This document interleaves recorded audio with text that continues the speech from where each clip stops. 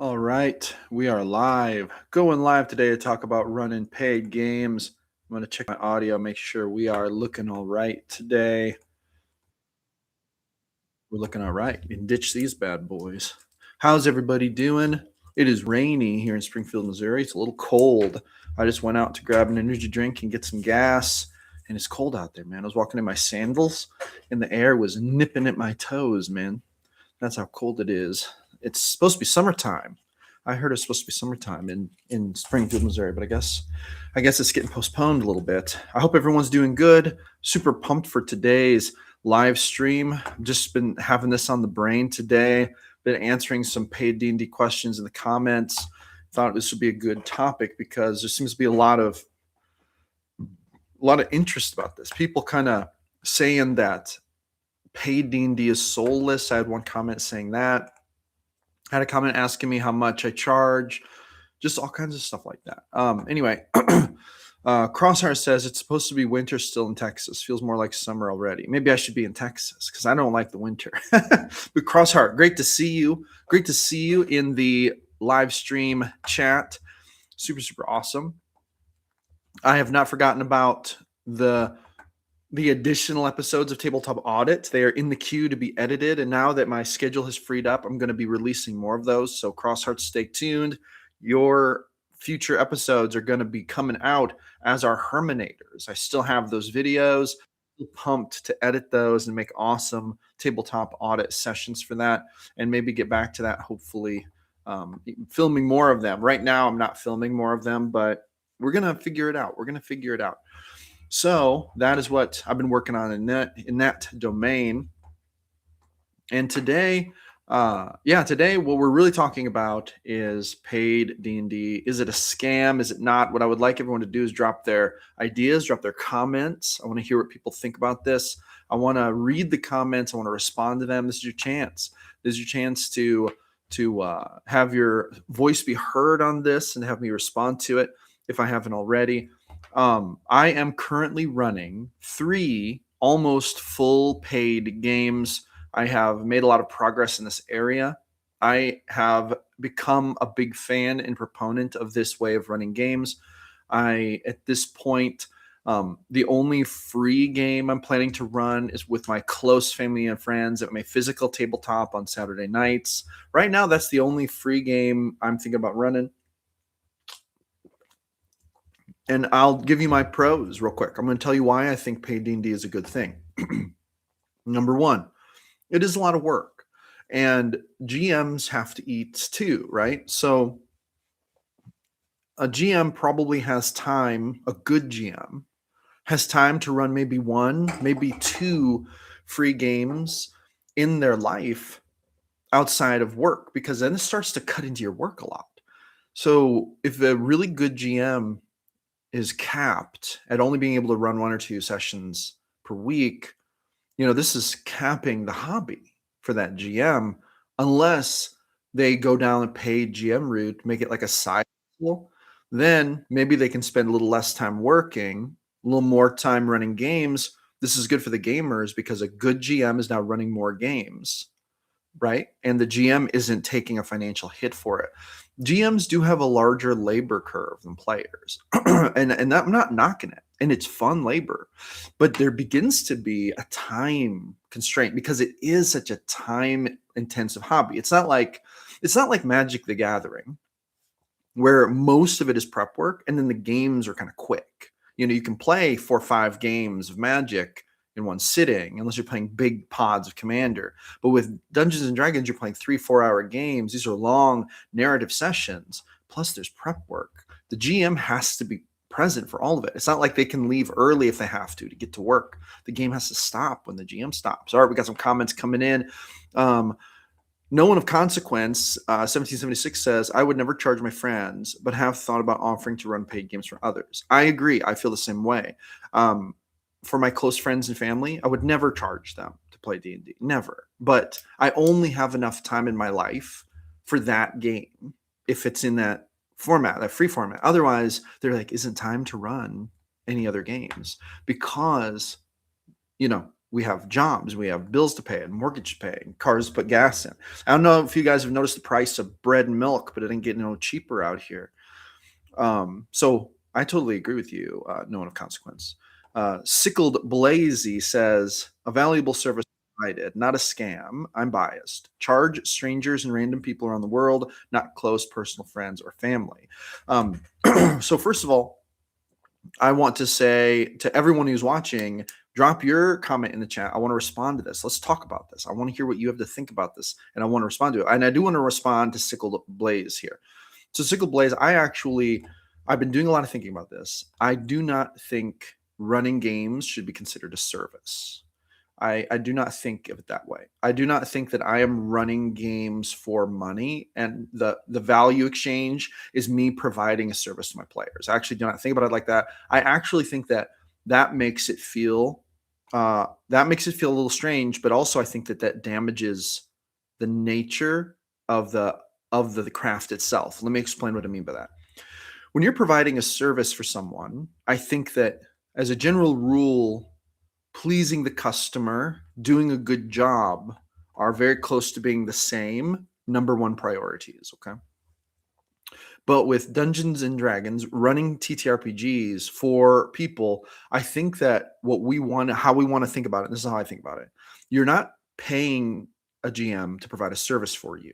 What you are doing is you are paying for exclusive access to that GM's tabletop. And then you will gain access to it as a means of paying for the session. But then that GM is going to run that game the way they think they should run it, without compromising on their art, without compromising on their integrity. And I think they should treat you just like they would treat their paid players, right? And I think that this is a better way to conceptualize it. Let me know what you think about that. But I really believe that there's a difference there, because here's what gets weird about it. If a GM says, "Oh, I provide this service for my players," then when they are trying to debate with themselves, how do I make my games better for players? They're going to start to pursue the pleasing of these random arbitrary people they're meeting online. Now, they're not random and arbitrary once you kind of get to know them, but at first they're kind of random and arbitrary. They just kind of join your games. And you don't know if they're going to play one session and then leave and block you. You don't know if they're going to play one session and then not like it and say, this isn't for me. And you don't know if they're going to be there for 100 sessions and then want to play in 2 more of your games as well, because they just love your style so much. You never know what you're going to get when you pair up with players for the first time. And the best way to vet is to just jump right into a game and start playing. So if you think to yourself, I'm providing a service, then all of these randoms who are coming in, you may go chasing the pleasing of these people. And this is, I think, chaotic, because it's a mess. It can really mess with your style. It can mess with your table. Whereas the skill that you bring to the table as a GM is in running the table. So you are providing this space. Players want access to your space because you are great at what you do.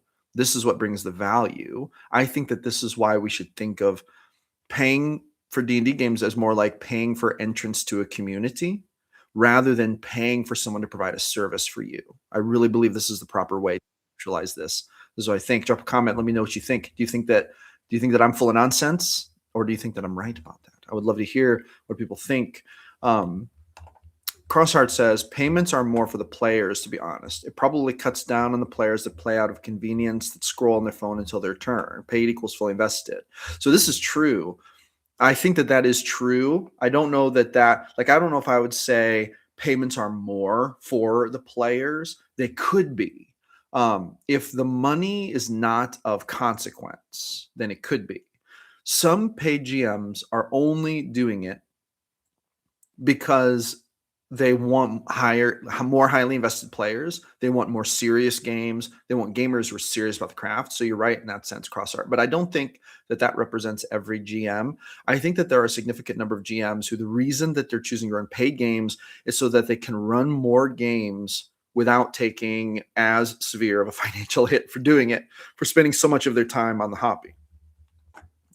But I think you're right. And I do think that if someone's serious enough that they're going to pay to run D&D, they're probably going to be more invested. And then what you end up with is, if they're not serious about it, they don't like it or whatever, they're not just going to keep playing out of convenience. They're just going to bounce really fast because they don't want to get charged again, right? So in that sense, it's nice. It feels bad to have players bounce on your game, but when you start thinking about it, you realize that they might have turned into a phone scroller or someone who's going to play League of Legends on their computer while they're playing D&D, which is gross and awful. I feel like I would much rather have players bounce than pursue that route. This is how I feel about it.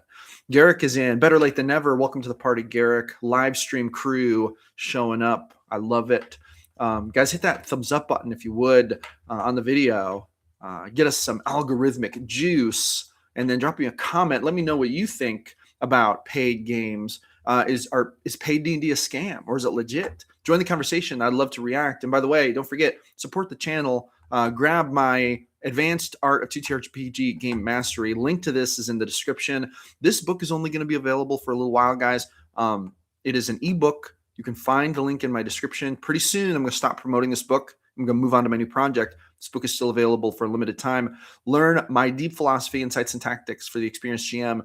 50-page ebook, running now. Let's see, 50-page ebook, running for a very limited amount of time now. We're on the outs with this one. 20 plus years of gaming compiled into 20 or 50 pages, trying to tell everyone my deep secrets about the depth of the craft, running emotionally resonant games that your players will love to come back to. Sickled Blaze says, American and running for people from the US, UK, and AU, Germany, Austria, Slovakia, Moldova, and Indonesia.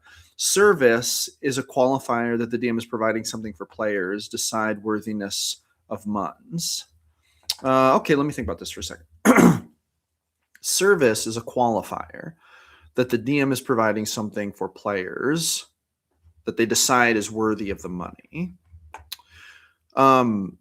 Yeah, so I think when you say service, which I just talked about for a minute ago, which I'm sure you guys, I just ranted about this like three minutes ago.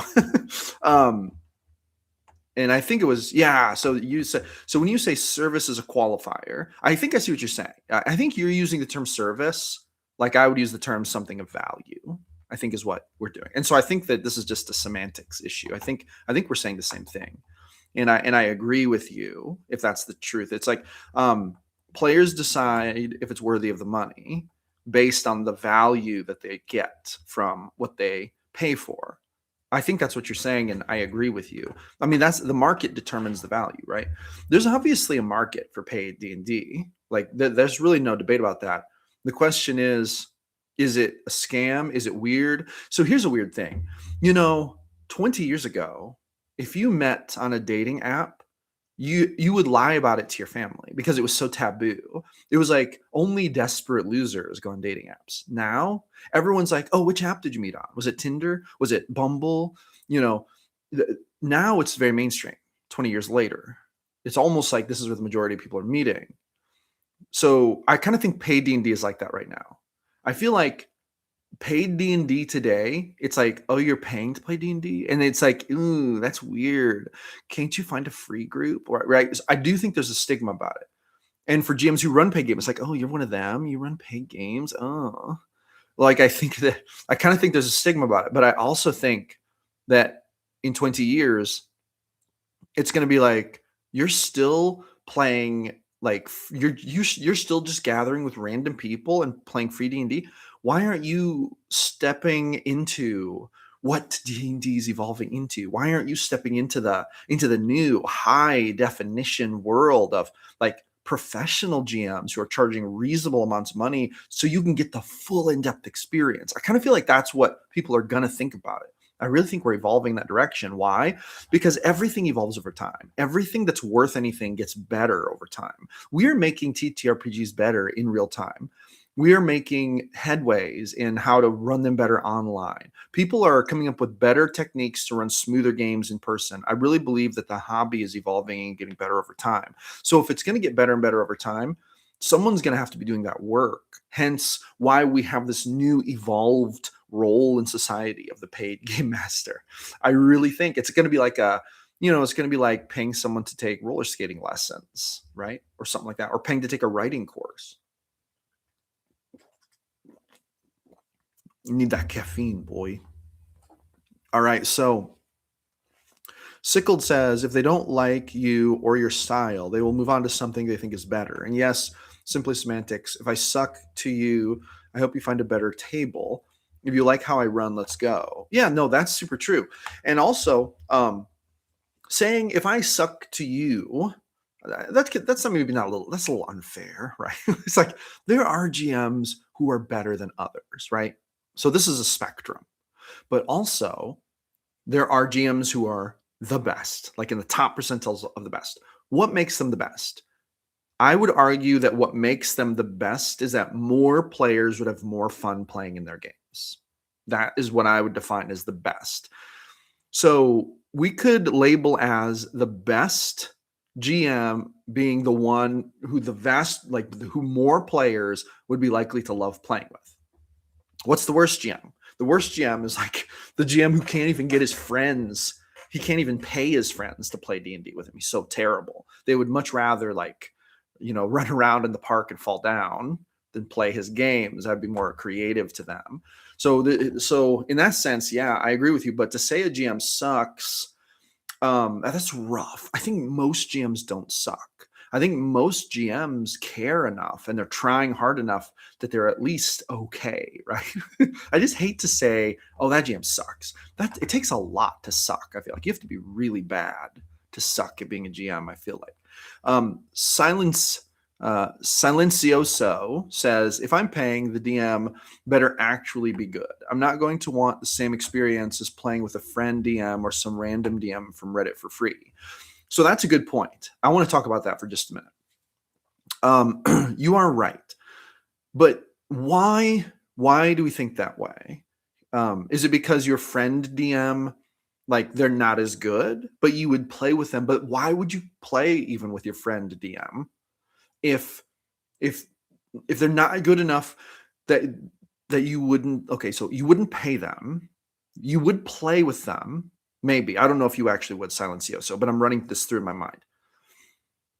So if you're playing with a paid DM, they better be good. You're not going to want the same experience as playing with a friend. So the playing with the friend DM isn't as good. Some playing with some random for free. Is it the fact that like you're not paying for it? Would you tolerate the lesser experience because it's free? Okay, so you're saying no, it's not a skills thing, it's just a monetary thing. I want to just make sure my money is spent well. That's fair. That's super fair. Playing with friends has lower expectations. Really? Okay. I would tolerate lesser experience if it's free. Okay. I feel like what you are saying is probably what most people would say about most goods and services on the marketplace. Obviously, they want to pay to get a better experience, right? So if I'm paying a DM better actually be good. I also want to add that when we're playing with our friends for free, I think there's more different value to that, right? There are a lot more valuable things going on when we're playing with our friends for free. So for example, if you're playing with your friends for free, there's a lot more glue. So you know them. So you're spending time with your friends. You have shared familiarity. You can all joke around and be yourselves, and it's a more free environment, blah, blah, blah, right? You get to overlap. You get to enjoy your favorite hobby and spend time with the people you care about. So there's a lot of this glue that's present when we're playing with friends that isn't present in a paid game. In a paid game, there is none of that glue at first. All there is the quality of the game, the quality of the gaming experience, and that is solely what people are focusing on.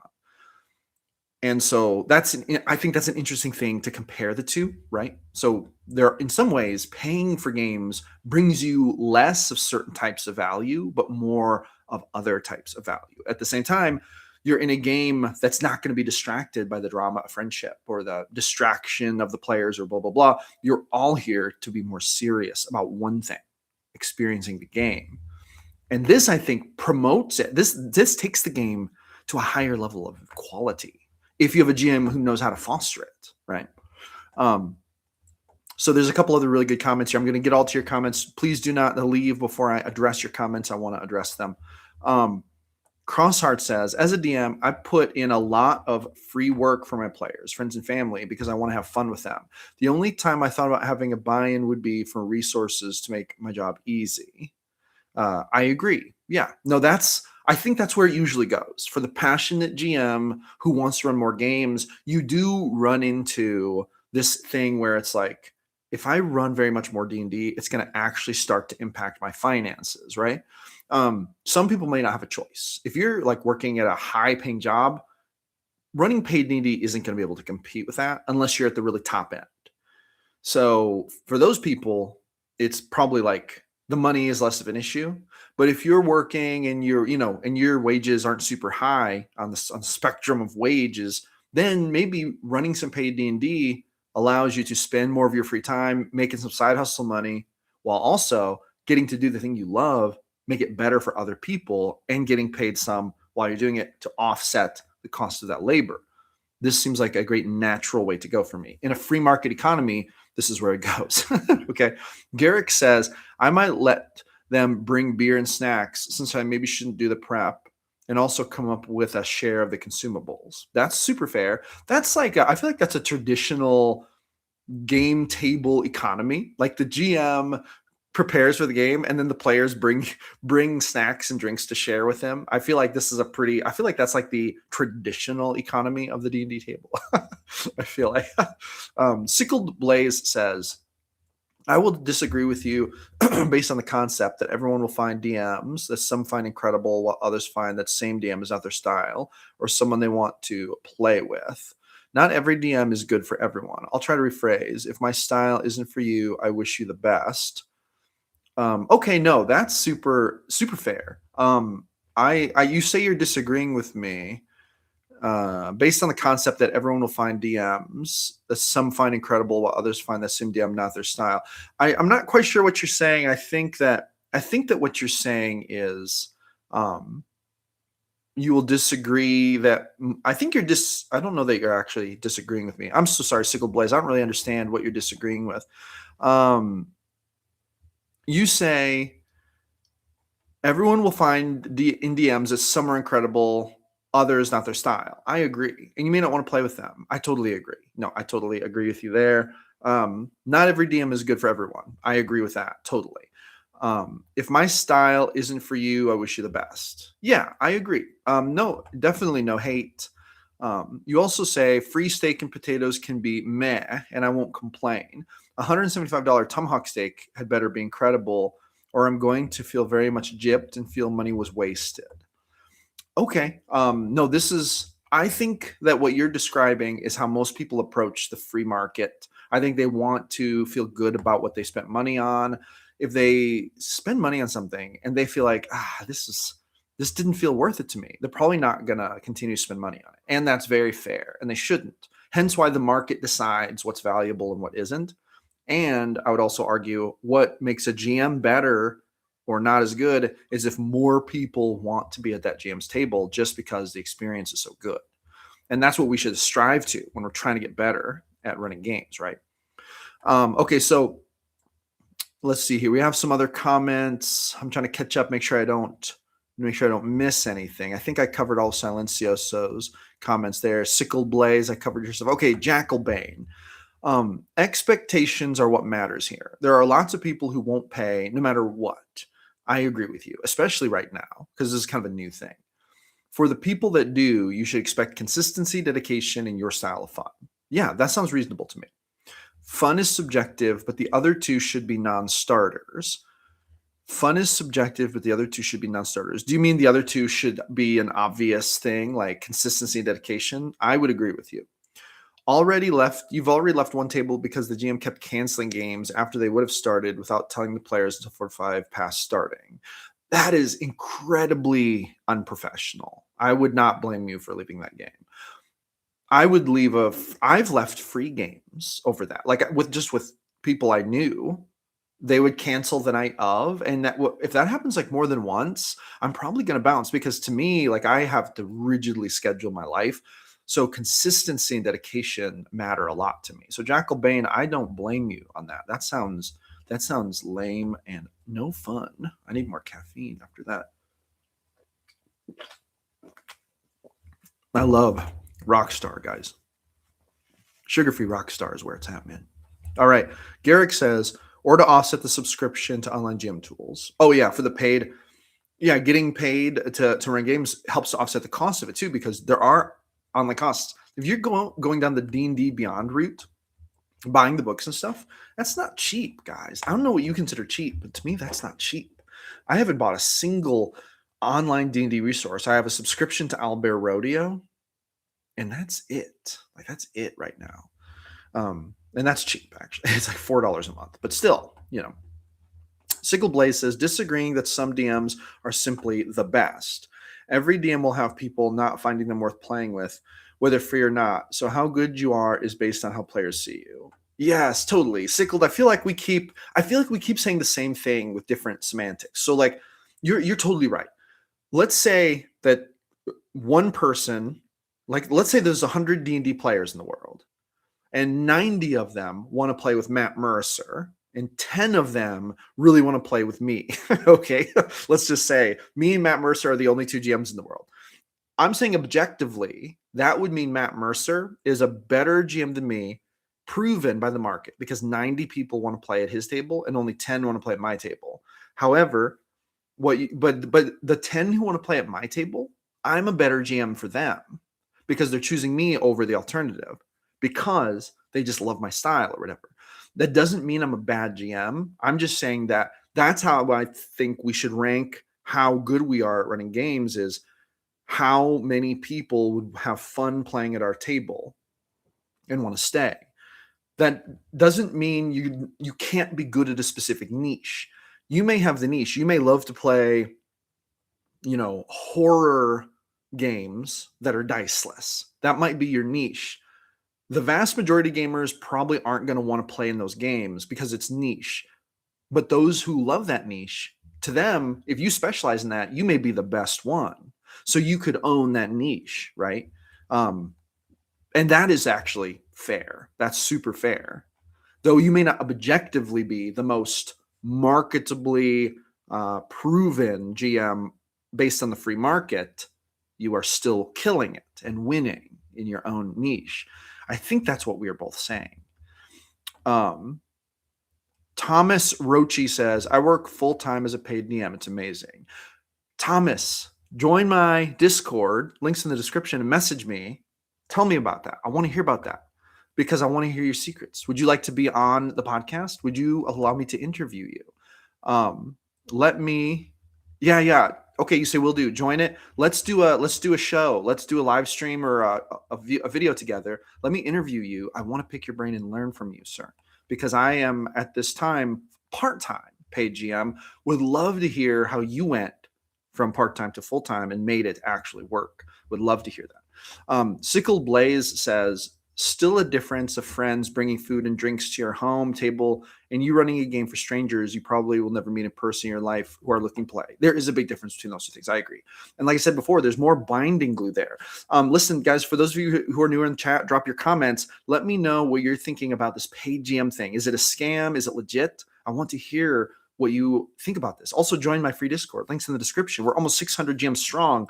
Make sure to buy my ebook, The Advanced Art of TTRPG Game Mastery, guys. 50 pages, 24 years running games, all my wisdom for running emotionally resonant games that players will want to come back to condensed into one ebook. This is going away soon, guys, because my new product's coming out. My new product is going to be lit. I'm so pumped. And I'm going to be so pumped about it that I'm going to stop promoting this one when that comes out. So make sure to grab it and support the channel. These links in the description. Every purchase goes to support the work we're doing in GM philosophy. And I really appreciate you all. All right, let's get some of these comments going here. Jackal Bane says, Thomas Rochi, how many games do you run per week? Thomas says 4 games a week with an occasional 5th. And then, wow, 4 games a week, but you're doing it full time. That means your price per player must be pretty high. I mean, that's what I would think. Jester says, I've always worried that getting paid for it would ruin the fun and hobby of the experience. I want to talk about that. That is a really good thing to say. Okay, I want to talk about this for a minute. Does running paid games ruin the experience and the hobby for you as a GM? Yes, it can, but it doesn't have to. And I dealt with that, man. I dealt with that in the month of February. There were so many times I got dangerously close to that line in February because I was running the most paid games I'd ever run.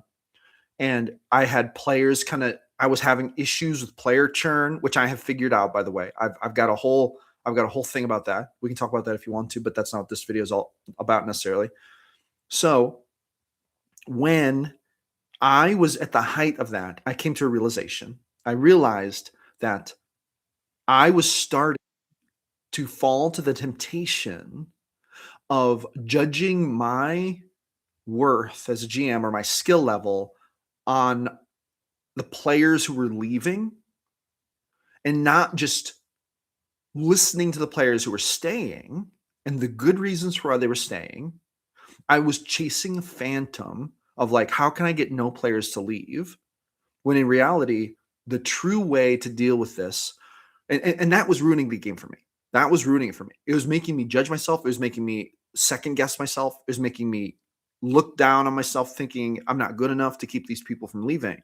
But the truth was, I was building a successful base of players who apparently really like my games because they keep coming back. And I've even now started having players in some of my games sign up for my other games, playing multiple games with me. And this is so awesome. But I realized that when I just chill out and I do my best and I try to fix my problems, I try to get better at the craft, just like always, but I don't overthink it and I don't cause a negative spiral with myself. Stay confident in myself, stay true to myself. I run better games and I stay in love with the hobby. And I remember that priority number one is that I need to enjoy the games I'm running. If this isn't there, my games are not going to work. And I'm going to cause a negative spiral of like, maybe a player doesn't like my style, so they leave. I try to change my style to fit that player's preferences so that it doesn't happen again. Then I compromise myself. I'm not enjoying my game. And because I'm not enjoying my game, not running the kind of games I believe in, other players sense it and they leave. It's a negative spiral you get into, friends. Do not do this. So, Jester, you are right. If you allow that negative spiral to take control of you, this will become a hobby you don't like anymore and it will ruin it for you. But you must stay true to yourself as a GM, stay true to running your table how you believe in it, stay true to the games that you love, run the games you love and have fun. Then the right gamers will find you and you'll surround yourself with them. And that is what I believe is the true way. And that's how you don't ruin the hobby for yourself. This is my belief on this. Really good question. Thomas Ritchie says, we'll do, hell yeah, we'll join the Discord. Absolutely. Heck yeah, we'll do a video together. I would love that, and I would love to pick your brain. Sickle Blaze says, comparison is the theft of joy, my friend. I'm great for some and not for others. Comparison is the thief of joy. You're correct. And I think that that's exactly what I was talking about just a minute ago. Comparing yourself to this phantom idea of the perfect GM, this is a bad way to go. Sickle Blaze says, currently 10 ongoing bi-weekly. Myself will be doing more when I get more campaigns up, working on 3 more in my VTT and already have a short waiting list. So you're running paid games too, Sickle Blaze? Sickle Blaze, are you in the Discord? Join the Discord. If you would, send me a message. Let's talk. I want to talk to some more paid GMs. I want to have some interviews with paid GMs. Want to be on the channel? I'd love to interview you. Jump in and let me interview you. Let's empowering game masters run better games is the goal here. I want to talk to these paid GMs. I want to see what they're doing. How are they progressing the craft? How are they evolving as GMs? I want to hear about this. We want to be on the cutting edge. Thomas Rochi says, glad I found this channel. I will be in touch. By the way, it's Rocky. Okay, got you. Have a good one, folks. Hey, have a good one, Rocky. Good to talk to you. Jackal Bain says, in my experience, no, it doesn't ruin it. You find the right players and do it for the right reasons. I agree. I agree with Jackal Bain. Crossheart says, one pro with free games with friends versus paid. Free games are more okay. The DM trying different rulings or new tactics they learn for the first time. Paid players want consistency and experience. Sickle Blaze is Darth Vader. Oh, gotcha. Hey, Darth Vader. Sorry, I didn't realize that was you. I always forget that that's you. I guess Darth Vader and Sickled Blaze, like, in a kind of a strange way, those terms are very synonymous. But Crossheart, okay. one pro with free games versus paid games. Okay, so what you're saying is that free GMs, maybe they are free to experiment with different rulings and tactics, especially if they haven't used them before, see what's going on. I agree with you, but I'm going to say a controversial thing. I'm going to say a controversial thing. And all of you paid GMs, you can flame me if you want and call me, you know, call me out for being full of nonsense. But here's what I think. I think paid GMs should also do this. I don't know that paid GMs should run their games any differently than they would for their free gamer friends. And I think free GMs should stay consistent and dedicated. That's my take on it. I'm going to be more critical of the free GM who cancels and isn't consistent, right? I'm going to be more critical of that GM than, I don't know, I don't know about more critical. I'm going to be the most critical of that because the most basic thing you can do when running games is show up and try your best. Those are really the two basic baseline commandments, right? Show up and do your best. If you don't show up, it's a failure to start. When you're a GM, you've taken on responsibility to lead a community endeavor, and it cannot move forward without you. Unless another player just sits in the GM chair, now you're out, buddy. There's a new GM in town, which maybe sometimes should happen. Right. But so, Crossheart, I think that you're right, but I guess I think of it a little differently. I think of it like, I don't want to see paid GMs compromise themselves.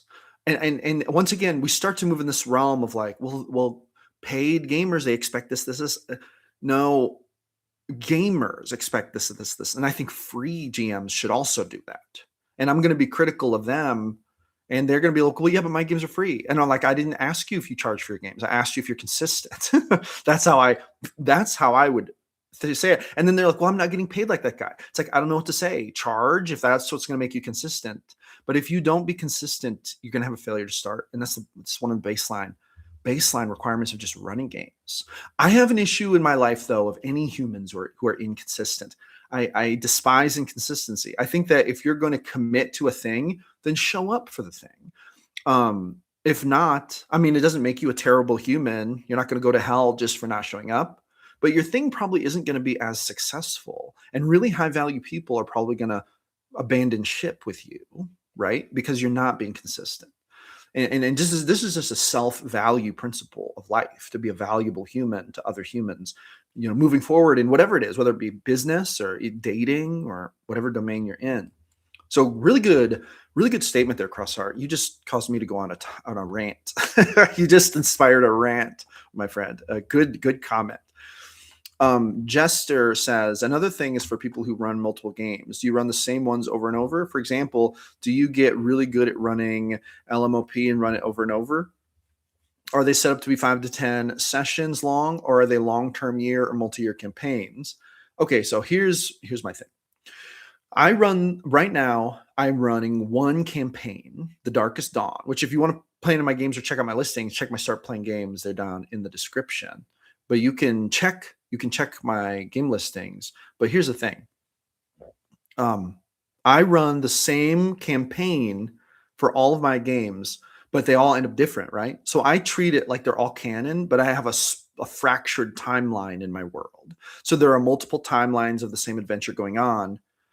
And then that's going to be part of the lore in my mind, in my head canon. Because I don't have it all written down or anything, but in all my games that take place in my home world of Regenesis, there's like a head canon of what has happened. And so to me, I treat it that way. So every single session is very important to me. This is how I treat it. So Jester, that's an answer to your question. And then I always run, I'm always setting up my games to be forever, like 120 sessions is what I set them up for. I have put up some 5 to 10 session arcs, but I've never had anyone bite on them. Everyone always joins my long-term campaigns. Maybe I just market those better. Maybe the artwork is better. Maybe the taglines are better. I don't know what it is about it. But my 5 to 10 session ones, they've never taken off. But my long-term ones take off. So that's how we arrive there. Sickled Blaze says, I refuse, used loosely, to change my games or my style for players. I might change bits and pieces here and there for the tables based on the tables, but you are getting me and my style and my games and my world. I agree. I think that this is how it should be. And I think if you do run into problems, it's like, okay, let's address the problems. Maybe I'm having an issue here, blah, blah, blah, blah. Maybe if there is something keeping me from being a better GM, I'm going to adapt it for myself. And I'm not going to go chasing the approval of a bunch of these players, random players. If anything, I'm going to listen to the good faith feedback of the players who are sticking with my games and committed to that world, that story with me, right? We're in it together. Those players are the ones whose words I'm going to take more seriously. Mir says, the big reason I want to GM more is that I want to use it as a tool to develop better self-confidence while trying to have fun with friends. That's a great reason to run games. Do it. I love it. It is a good tool to develop better self-confidence. It's also a great tool for improv. It's a great tool to learn how to handle a room full of people all trying to get your attention at the same time. I've found that I've become a master at running business meetings. Running D&D has turned me into just like a master. My threshold for getting overwhelmed during business meetings is so just high. There's zero danger of me getting overwhelmed in business meetings, even if everyone is talking to me at once, because I'm so used to D&D where there are 13 people shouting at me about what they want to do next. It's really, really fun. Sickled Blaze says, you don't pay me to give you items or let you have consequence-free things. I agree. With that being said, I love giving items.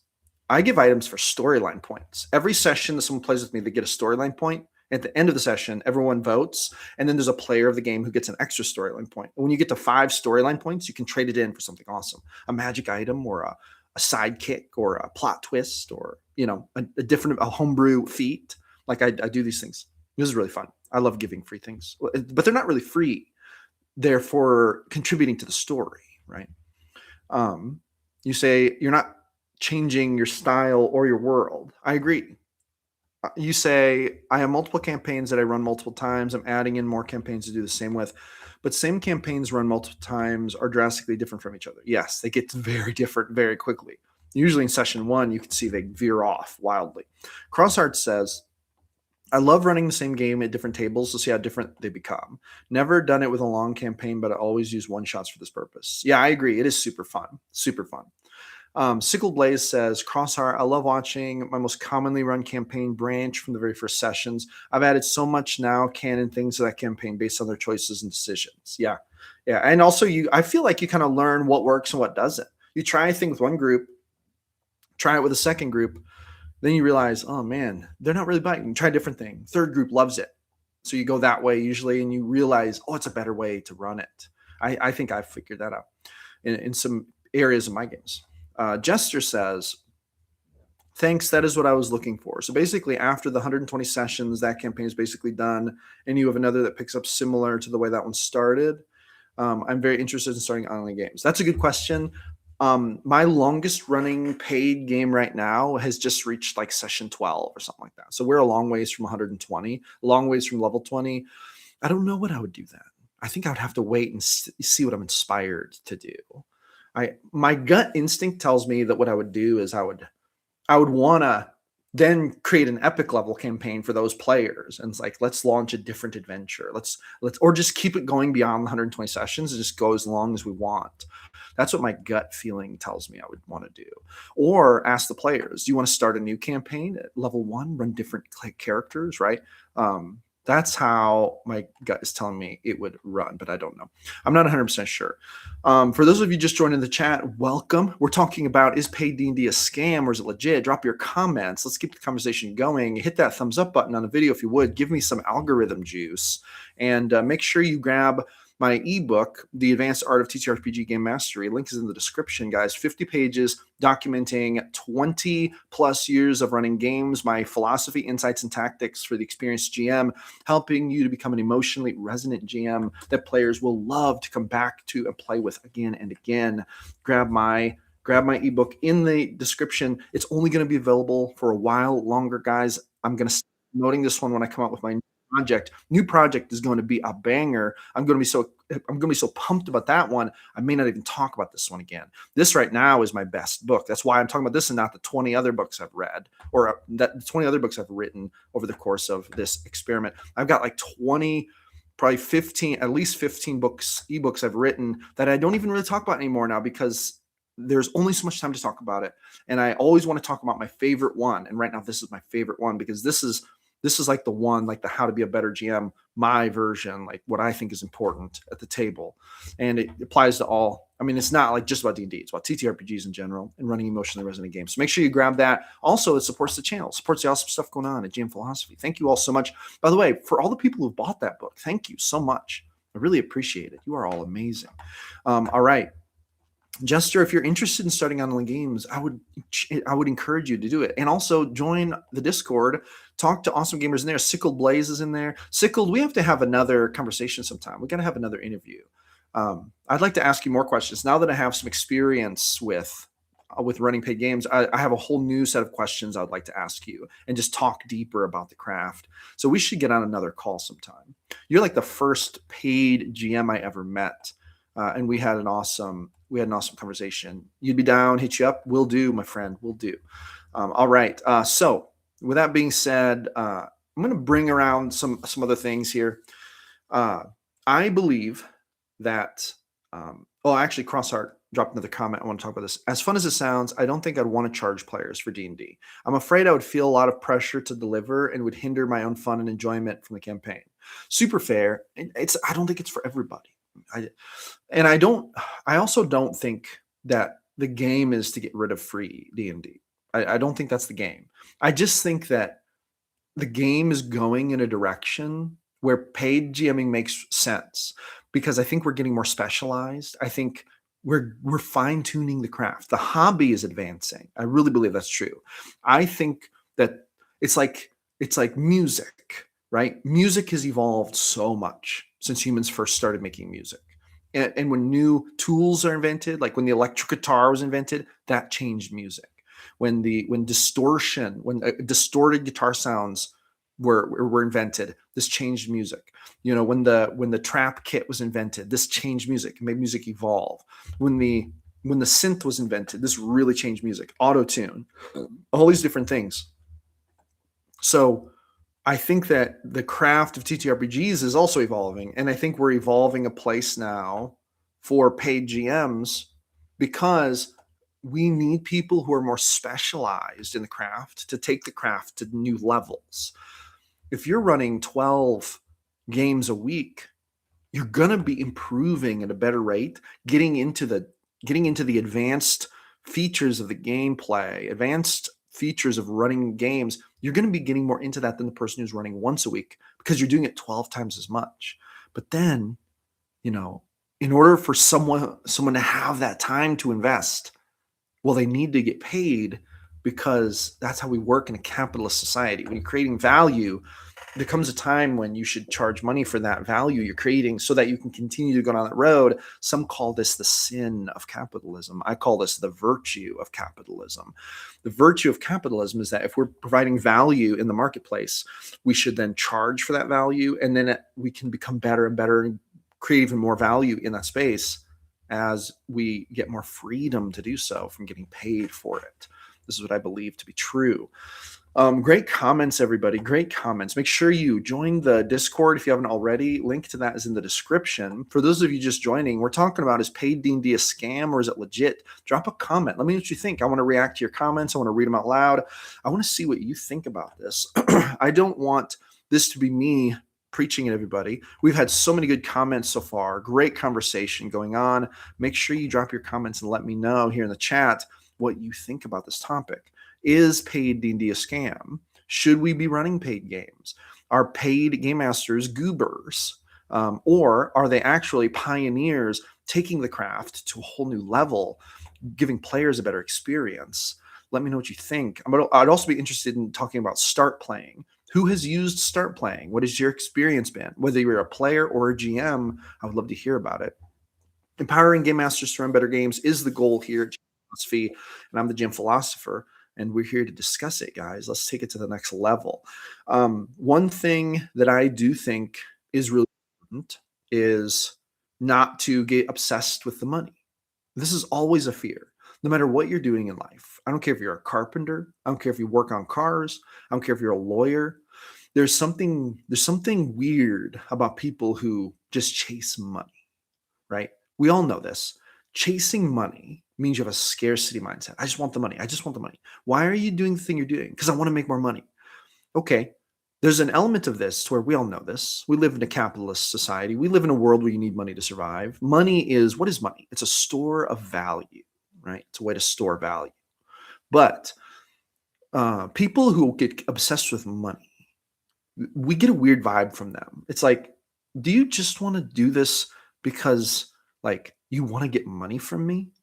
That's a different goal than wanting to do a great job at something and provide value to people. That's what we should be wanting to do. I don't care if you're running paid games or you're installing plumbing systems or you're, building blimps or whatever it is you do, right? You're an aerospace engineer. What I want, the person I want to hire and pay the most money to is the person who cares about the craft, who wants to do a great job, who at the end of the day, what they care about is doing the very best job possible and doing the final tweaks and making sure it's right, because their only real contest is one with themselves. They want to become the best they can be at that thing, right? Whether they're a tree trimmer, I've hired I have hired more tree trimmers in the past year than I ever wanted to hire, ever, for a lot of reasons. Tornado knocked a tree down in my house. I had I've had a tree fall down in my yard in the middle of the road I had to get rid of. I've hired a lot of tree trimmers, and it always makes me feel weird when I feel like a tree trimmer is just chasing that money, chasing that dough. But what makes me feel good is when I talk to someone and they seem serious about removing trees. They're like, "Well, let me look at the tree. Can you send me a picture?" Then they come look at it and they walk around and they're like looking at it, trying to see if it's dead, trying to see where they could cut it. And they're thinking about it, and thinking about it, and they kind of come, and we're not even discussing money. They come to me and they say, "Okay, man, here's what I think we need to do. We need to cut it there. We need to do that." These kind of people put me at ease. Why? Because they make me feel like they care about the craft and that they care about the value, and they strike me as an artist, not like a skeezy, well, if you sign the dotted line we can get started on your project, but we need this much down and blah. Like, if it's all about money, it's like, hold on, guys, this gets dirty real quick. If all you care about is money, that's a different value structure than caring about the quality of what you're doing. And this is why I think some people think that that's how paid GMs are. In my experience, there are more paid GMs who are actually caring about the game. But then again, I haven't met very many paid GMs. But I'm sure there are paid GMs out there who, just like in any other profession, are just chasing money. This is no bueno. This is no good. We need to be focused on the craft, friends. We need to be focused on bringing value. Mir says, it's hard for me to say on if paid GMing is a scam, but it's very different from GMs who run the game for local game stores. Yes, no, you're right. Running for the local game store is like community building. It's like, in a way, I mean, man, some people may not like me say this, but it's like being a youth pastor at your local church. Usually, our local ministers are not paid, right? It's usually volunteers. Only when you get into the bigger churches that these people start getting put on salary. Is that wrong? Is it wrong for our local pastors and youth pastors and worship leaders to be on a salary? Or, since they're getting paid, does that make it weird or wrong for some reason?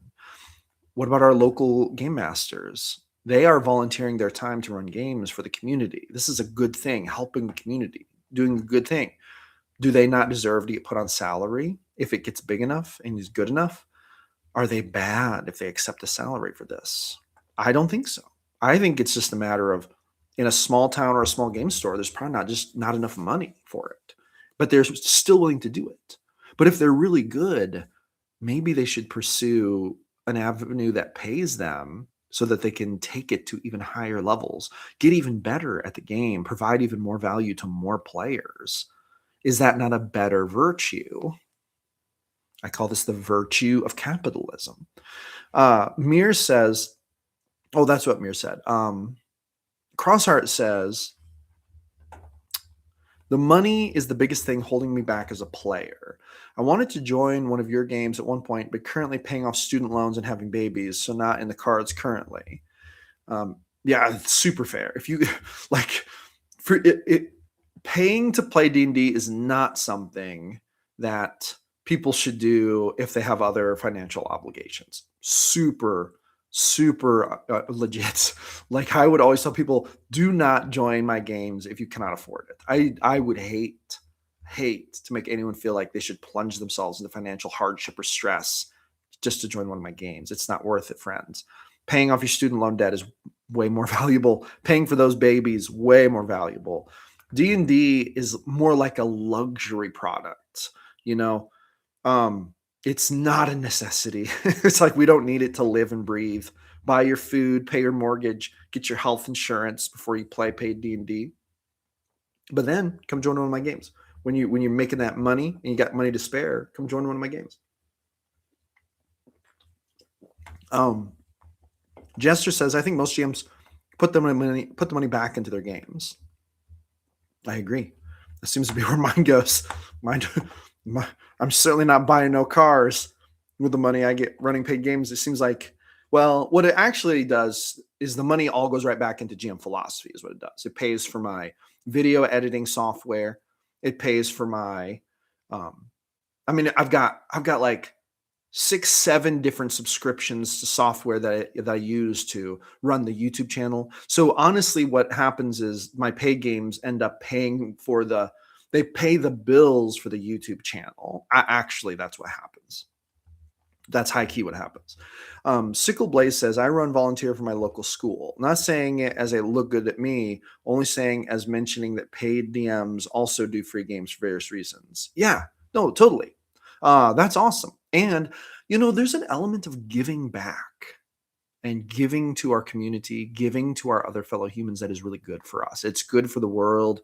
In religious circles, in the Christian religion, they always say, tithe 10% and God will return it to you tenfold. I've heard that so many times. There's also people who say, they basically say, giving always comes back to you and good karma, right? There's these things about giving. But I don't think it's about the giving itself. I don't think the universe looks at you doing a nice thing or giving you a thing. The universe doesn't see you doing nice things and say, oh, we should reward that kind person. Here, let's put some blessings on them. I don't think that's happening. But I think what's happening is the mentality of people who give, the mentality of people who are willing to give. You already know that those people are not the kind of people who are obsessed with money, with a scarcity mindset, where they're like, oh, I need to hoard every dollar I can get, right? This is different. I think that when you are in the mindset where you are giving as a normal part of your life in some way, whether it be your time or your money or whatever, this just is a status of your value structure as a human, and it's demonstrating it. So first, what changed was your value structure. This caused you to give. But what's also going to happen is that because you've changed your value structure, other humans are going to respond to you differently. And that is super valuable. And that comes back tenfold. I think that's what's going on. Crossheart says, hoping to be debt-free by 2030. Heck yeah, man. Get it. That's awesome. That's a fantastic goal. It's coming up. I'll definitely let you DM for me that. Hell yeah, man. We'll still be here running games if it all goes as planned. So yeah, that's awesome. And debt-free by 2030. What an awesome goal, man. Keep it up. Keep up that debt-free journey. I love the debt-free journey. I am an avid watcher of Caleb Hammer's financial audit show. I've watched more hours of Dave Ramsey than I care to admit. I believe in that debt-free life, guys. I believe in that debt-free life. Mir says, when I would like to consider, though, is if you run mini campaigns, roughly 6 to 10 sessions, I would be more than happy to try that. If it's something that occurs once a month to bi-weekly. I never run once a month or bi-weekly games, but I am going to start a once a month game pretty soon because it's a part of my new project. I'm so pumped to tell you guys about it. But you're gonna have to wait and see because we're not quite ready to drop it yet. So Mir, when that happens, you'll hear about it. You maybe could get in on one of those games. Jester says, great convo, join the Discord. Keep up the great content. Hey, Jester, thank you so much. Great questions, great conversation. Thank you for inspiring me. You inspired, I think, 2 different rants. So I'm very happy about that. Friends, make sure you join the GM Philosophy Discord. Links in the description. Make sure you hit that subscribe button. Also, hit that thumbs up button. Give me some algorithm juice, guys. show YouTube that my content is valuable, make sure to pick up my ebook, The Advanced Art of TTRPG Game Mastery. It is linked in the description. This book is my 50-page manifesto on how to run emotionally resonant games that your players are going to want to keep coming back to again and again. Make sure you pick that up, guys, because it's getting ready to go away. When my new product comes out, I'm going to be all about that new product, guys, and I'm so pumped about it. But right now, this is the best thing I've ever written. It's the best thing I've ever done. It's probably going to always be one of the best things I've ever done because it's just so honest and real about what I think is important at the game table. And so don't miss out. Grab it while it's still available for that low price, because it just came out last year and I just haven't raised the price yet. I was kind of planning on raising the price in 2026, but honestly, I've been too busy. Sickled Blaze says, Mir, not actively asking you to join, but a lot of games are run as shorter arcs and overriding campaign arcs. So joining for smaller arcs is always an option. Oh yeah, totally. You can also, this happens all the time in my games. People will join, play in the 120 session campaign for 10 or 12 sessions, and then they may switch to a different game, or they may have to leave. Sometimes they leave because scheduling. They tell me that. Maybe they're leaving because they got bored. I don't know. But it happens. So just because you join a campaign that says 100 sessions, don't feel like you owe that campaign a life debt. I'm sure that the GM, the other players, and the gods of the universe will forgive you if you have to leave a little early or you want to. I think it's okay. I don't think the TTRPG police will come knocking at your door saying, hold it, you joined a 100 session campaign, but you only played 9 sessions. Why did you leave? And then they get the handcuffs out. I don't think that's going to happen. So I think it's probably a little lower stress than that. All right, guys. Thank you so much for coming back for another live stream episode here at GM Philosophy. Keep on the lookout for future live streams. I might go live every day at 1 p.m. CST, but we'll see. I'm not committing to it quite yet because I still have to see how the schedule's shaken down, but I'm loving it. So I will see all of you awesome people on the next one. Hit that thumbs up button, hit that subscribe button, guys, and join the GM Philosophy Discord. Links in the description. Appreciate you all. Have a great rest of your day.